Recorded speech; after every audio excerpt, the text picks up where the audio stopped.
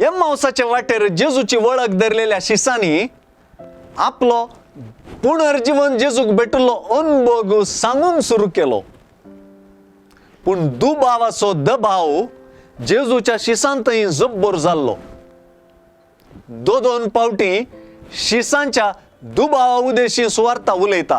कित्याक जेजूनच तांकां आपलें दर्शन दिल्ले वेळी तुमचे मतीन तुम्ही दुबावतात कित्याक म्हणून विचारलें.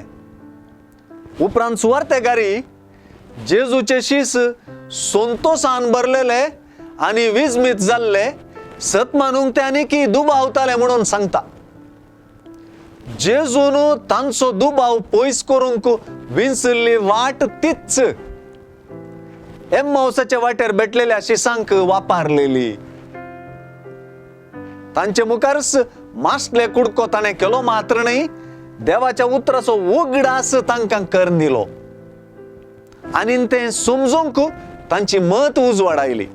म्हणजे मोइजेच्या नियमशास्त्रांत, प्रवाद्याच्या पुस्तकांनी आनी किर्तनांनी आपणा विशयान बरयिल्लें तें सर्व घडोवन येवंक जाय म्हणून तांकां जेजून शिकयलें.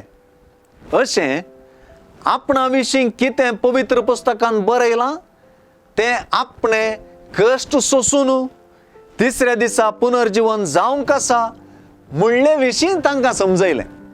तेच परी आतां शिसांनी पुनर्जीवन जेजूच्यो साक्षी जावन जेजूच्याच नांवान जिणी बदलापाचो आनी पातकांच्या बोगसण्याचो संदेश सर्वय लोकांक परगडच्या मिसांवा विशीं तांकां जेजून सांगून दिलें.